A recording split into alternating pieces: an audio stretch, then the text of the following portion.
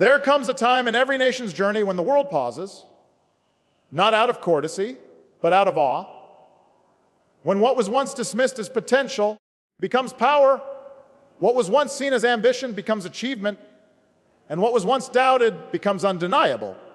For India, that time has arrived. Across deserts, mountains, and seas, a quiet revolution is taking place. A transformation not of territory or politics, but of technology, of imagination turned into innovation. For decades, India's story was told in terms of aspiration. Today, it's told in terms of accomplishment. And nowhere is that clearer than in the evolution of India's military technology. Now, some people might hear that and think it's an exaggeration. 10 years ahead, that sounds bold. That sounds almost impossible. But history teaches us that progress often looks impossible until a nation decides to make it inevitable. Let's be clear, this is not about boasting. This is not about outshining others. It's about redefining what's possible for a nation that once had to depend on others for its defense, and now stands as a pioneer offering solutions to the world. For much of the 20th century, India's defense story was one of necessity. It built what it needed, borrowed what it lacked, and learned from every challenge it faced. But over the past 2 decades, something profound has changed. India stopped thinking like a buyer and started acting like a builder. It stopped importing innovation and began exporting excellence. From advanced missile systems to next-generation drones, from AI-driven surveillance to homegrown fighter jets, India is rewriting the rules of strategic capability. This transformation isn't measured by the size of its arsenal, but by the sophistication of its ideas. Think about the Tejas fighter jet, an aircraft that once faced skepticism from experts who believed India couldn't build a supersonic jet indigenously. Today, it flies with precision, agility, and technology that rivals some of the most advanced planes in the world. Its development wasn't just a technical milestone, it was a message, a declaration that India would no longer accept limits set by others, or consider the Agni series of ballistic missiles designed, developed, and perfected not in the laboratories of some foreign ally, but in the workshops of Indian engineers, scientists, and dreamers. Each iteration of Agni represented not just a weapon, but a step closer to self-reliance. And the world noticed. Then came the breakthroughs in cyber warfare, artificial intelligence, and quantum communications, domains that define the future of military strategy. Here, India isn't following trends, it's setting them. With systems that integrate machine learning to predict battlefield dynamics and drones capable of autonomous precision missions, India's defense innovation now moves with the speed of software, not steel. But perhaps what's most remarkable is not the technology itself.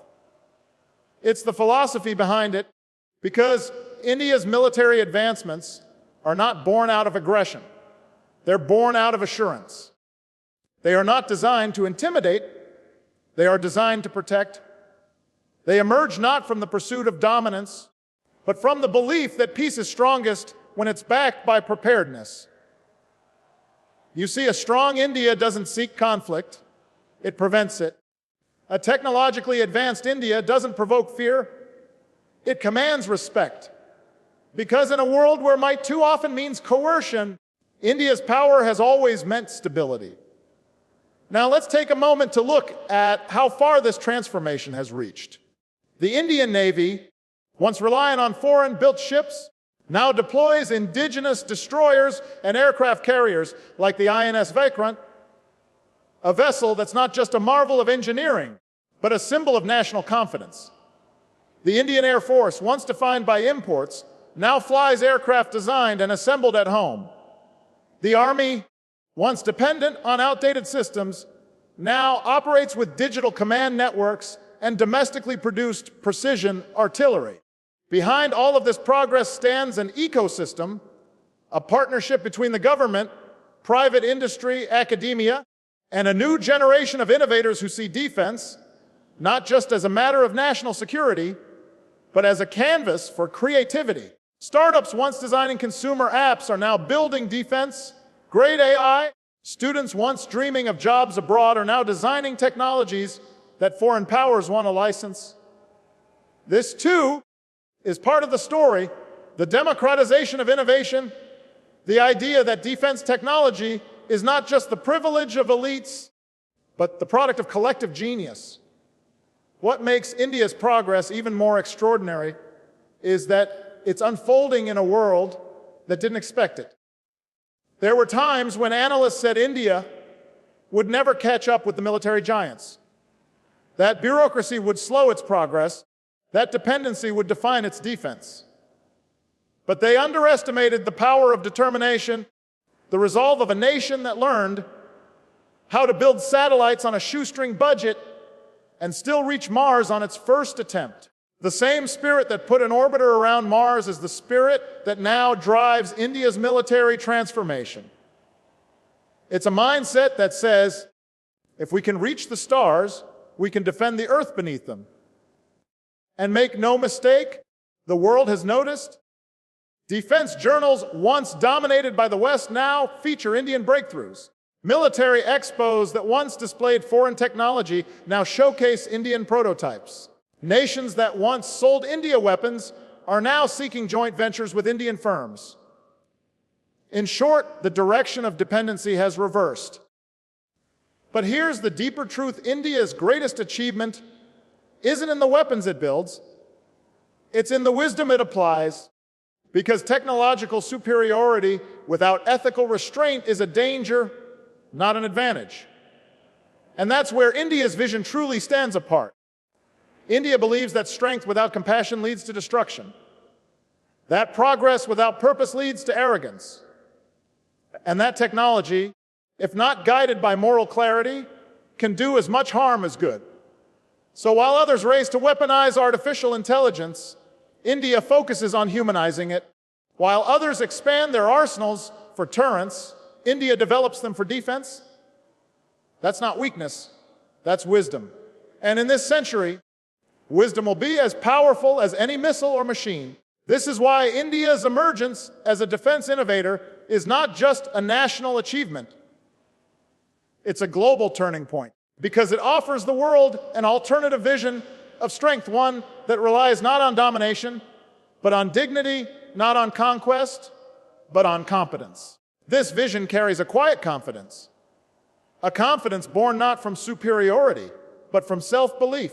It's the confidence of a nation that once broke free from empire, rebuilt itself from poverty, and now stands shoulder to shoulder with the world's greatest powers, without losing its humility or its humanity.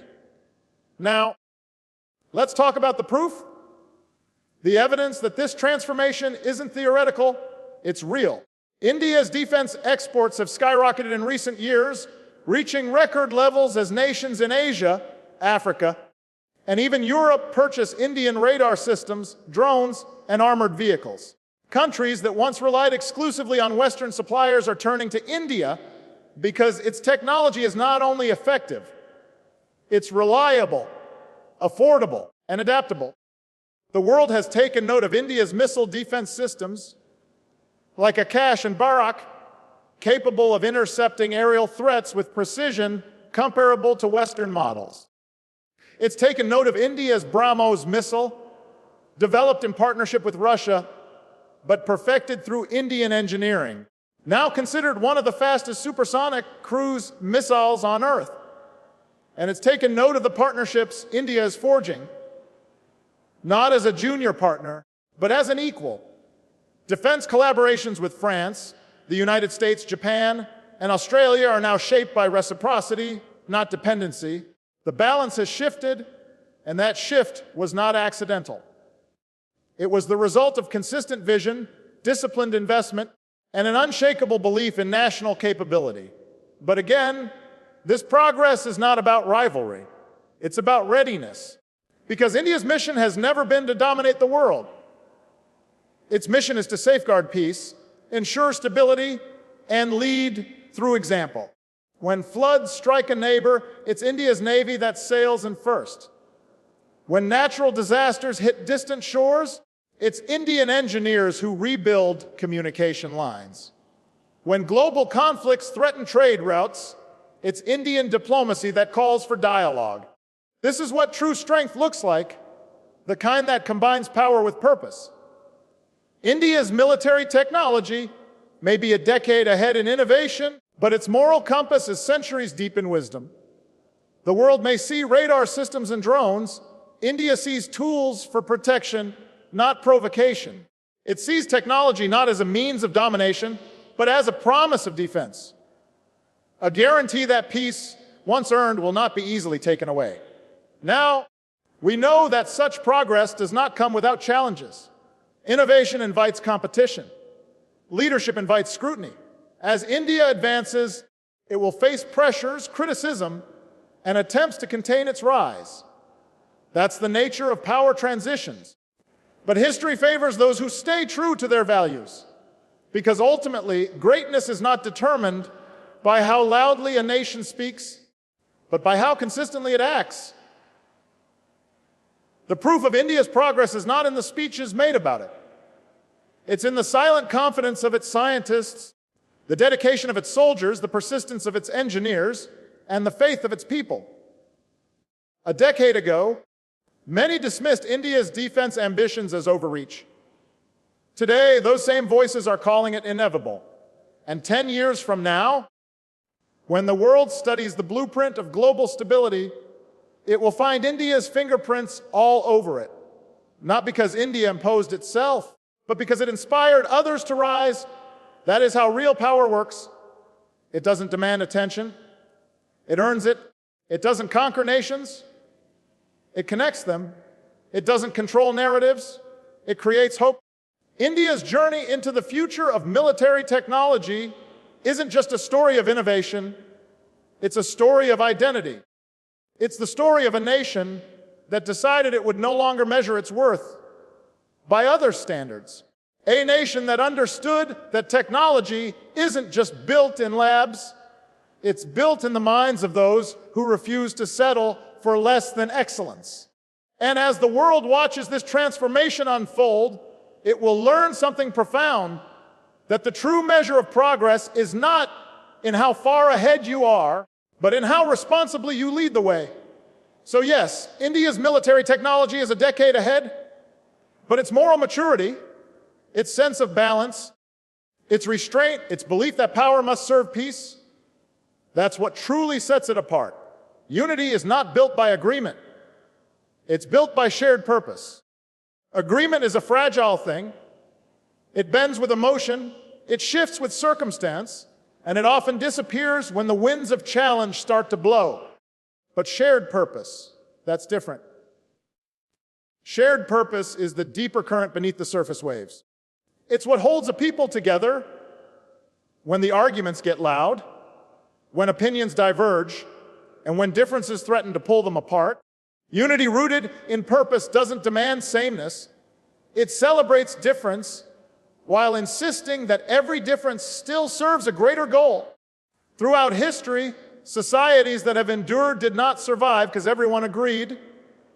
They endured because, despite disagreement, there was something larger they believed in together. It might have been the promise of freedom, the dignity of work, or the idea that their children deserved a better life. When that purpose was clear, when it burned brightly enough, it gave them a reason to stay at the table when everything else pushed them to walk away. That's the real essence of unity. It's not silence in the face of difference, it's commitment in the presence of it. In today's world, people confuse unity with uniformity. They think to be united means to think alike, talk alike, act alike. But that's not unity, that's conformity. And conformity doesn't build strength, it builds fragility. A nation, a team, a movement built only on agreement will crumble at the first major disagreement. But one built on shared purpose, on the understanding that everyone is working towards something greater than themselves, can weather storms. Because purpose gives people a reason to compromise, to forgive, to move forward, even when their pride tells them not to. Consider how human progress has always come from tension. Great thinkers disagreed.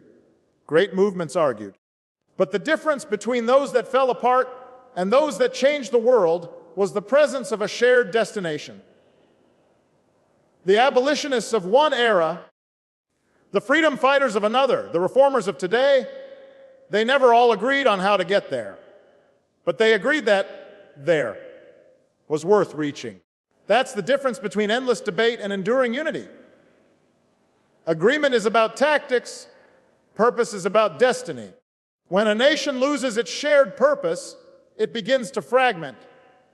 You see it in the way people talk to one another, or rather, how they stop talking. You see it when disagreements become divisions, when discussions turn into battles, and when every issue becomes a test of loyalty instead of a test of truth. Without shared purpose, even small differences become walls too tall to climb. But when there's purpose, even walls can become bridges. Because people begin to ask not who's right, but what's right for the greater good. Shared purpose transforms how communities handle conflict. It allows people to listen without fear, to challenge without hatred, and to disagree without disconnection. Because purpose gives meaning to struggle. It reminds us why we're doing the hard work in the first place. It's the difference between shouting across the aisle and reaching across it. It's what turns adversaries into partners and partners into something stronger, builders of a common future. Think about the way a symphony works. Every instrument plays a different note, sometimes in conflict, sometimes in harmony, but always in rhythm with the same score. The violin doesn't need to sound like the trumpet, and the drum doesn't need to echo the flute. Their unity isn't in their similarity, it's in the shared composition. That's how purpose works in a society. It doesn't silence diversity, it synchronizes it. Shared purpose also demands humility. It asks each of us to accept that we don't hold the entire truth. That someone who disagrees with us might be seeing a part of the picture we can't. It takes a strong person, a strong nation, to say, I might be wrong, but I'm still willing to walk with you towards something better. That humility doesn't weaken unity, it deepens it. Because only when people feel respected do they open themselves to collaboration. And purpose, at its core, is a story we tell together. It's not a slogan or a policy, it's a belief about who we are and why we matter. When people share that story, it gives them resilience. It gives them courage. It gives them the ability to keep working even when progress feels slow. Shared purpose reminds us that while we might not all take the same path, we're still walking toward the same light. In leadership, this idea becomes even more powerful. A great leader doesn't force agreement, they inspire purpose. They remind people not of what divides them, but of what defines them. They don't just ask for obedience, they invite ownership. Because when people believe they are part of something meaningful, they don't need to be told what to do, they choose to do it. That's the kind of unity that endures. Not the kind that depends on authority, but the kind that grows from belief. We see this truth in families too. No family agrees on everything. Parents and children argue, siblings fight. But they stay together not because they win every argument, but because love is their shared purpose. That love, expressed through care, sacrifice, forgiveness, is what keeps them connected through every disagreement. Scale that up, and you understand how societies thrive. When purpose becomes the foundation, conflict stops being a threat and becomes a tool for growth. Shared purpose is also what turns fear into strength. When people are uncertain, they tend to look for enemies, someone to blame. But when they're anchored in purpose, they look for answers instead. Purpose makes a community proactive rather than reactive. It tells them, well, I can face anything as long as we face it together. That mindset changes everything. It transforms crisis into opportunity and struggle into story. In moments of doubt, shared purpose is what pulls people back from despair. It's what makes nations rise after tragedy, what makes movements endure after setbacks, what makes humanity keep reaching for the next horizon. Agreement alone can't do that. Agreement can be lost overnight, but purpose is built slowly, nurtured by trust, and proven through sacrifice. The world we live in now is more divided, more distracted, more polarized than ever before. Everyone's shouting to be heard, but few are listening to understand. The temptation is to believe unity will come when everyone finally agrees. But that's not how real unity works. Real unity begins when enough people decide that what binds them is stronger than what divides them. That decision doesn't erase disagreement, it redeems it. It turns diversity into dialogue, and dialogue into direction. Shared purpose is what built civilizations, what powered revolutions, and what drives humanity forward, even in its darkest hours. It's the invisible thread that ties generations together, the belief that our time on this earth must add up to something bigger than ourselves. And when people find that shared, why? The how begins to take care of itself. When individuals, communities, and nations act from shared purpose, they no longer compete merely for dominance. They compete to serve, to innovate, to uplift. They redefine power not as control,